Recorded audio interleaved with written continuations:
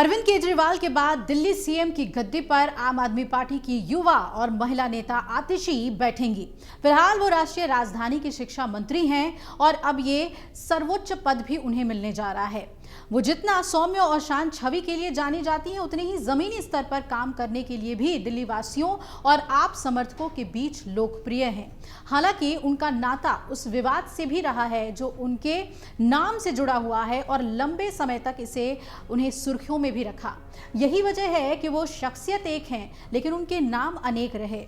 आप उन्हें आतिशी मारलेना सिंह, आतिशी सिंह, आतिशी मारलेना और आतिशी के नाम से जानते हैं। और इतना ही नहीं, उन्हें ईसाई से लेकर क्षत्रिय यानी राजपूत तक भी बताया जा चुका है।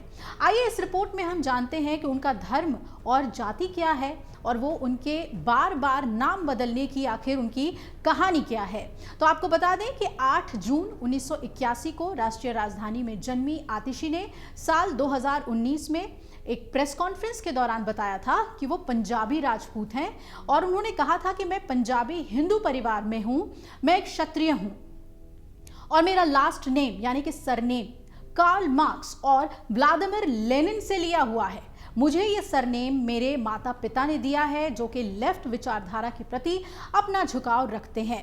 आतिशी ने इसी प्रेस कॉन्फ्रेंस के दौरान ये भी जानकारी दी थी कि उनके पिता का नाम विजय सिंह है जबकि उनके पति का नाम प्रवीण सिंह। दरअसल साल 2018 में आतिशी ने सभी सोशल मीडिया प्लेटफॉर्म्स के साथ हर तरीके की पब्लिसिटी मटेरियल से सरनेम हटा लिया था।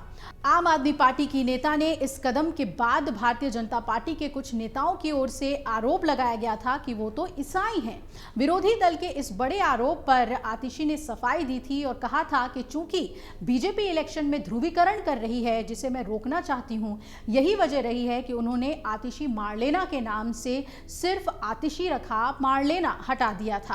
आपकी ओर से भी बाद में ये कहा गया था कि ये आतिशी का अपना निजी फैसला है। सियासी गलियारों और राजनीतिक जानकारों के बीच ऐसा भी कहा जा रहा है कि आतिशी का असली सरनेम यूज करने का फैसला इस बात से भी प्रभावित हो सकता है कि दिल्ली के कालकाजी में बड़ी संख्या में पंजाबी आबादी रहती है। हो सकता है कि ये उनका रणनीतिक कदम हो जिसके जरिए वो उस वोट बैंक को साइलेंटली लुभाना चाहती हो।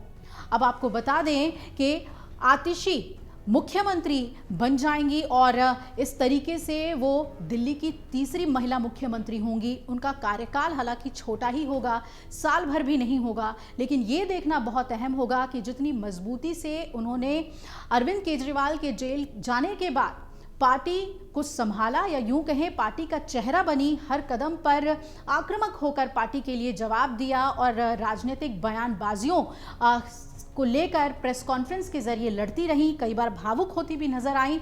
अब वो दिल्ली की बागडोर कैसे संभालती हैं, अरविंद केजरीवाल जितना विश्वास उन पर जताते हैं उस विश्वास पर वो कितनी खरी उतरती हैं। उनके ऊपर ये आरोप हमेशा लगेगा कि वो सिर्फ और सिर्फ केजरीवाल के इशारे पर काम कर रही हैं। क्या आतिशी इन सभी आरोपों के साथ अपनी पार्टी के लिए बेहतर काम कर सकेंगी, आम आदमी पार्टी सरकार के लिए बेहतर काम कर सकेंगी ताकि दिल्ली के आने वाले विधानसभा चुनाव में उनको फायदा होगा, ये देखना बहुत ही दिलचस्प है। अगर आप ये वीडियो YouTube पर देख रहे हैं तो हमारे चैनल को सब्सक्राइब करें और बेल आइकन को दबाना ना भूलें। अगर आप Facebook पर ये वीडियो देख रहे हैं तो हमारे पेज को लाइक करें।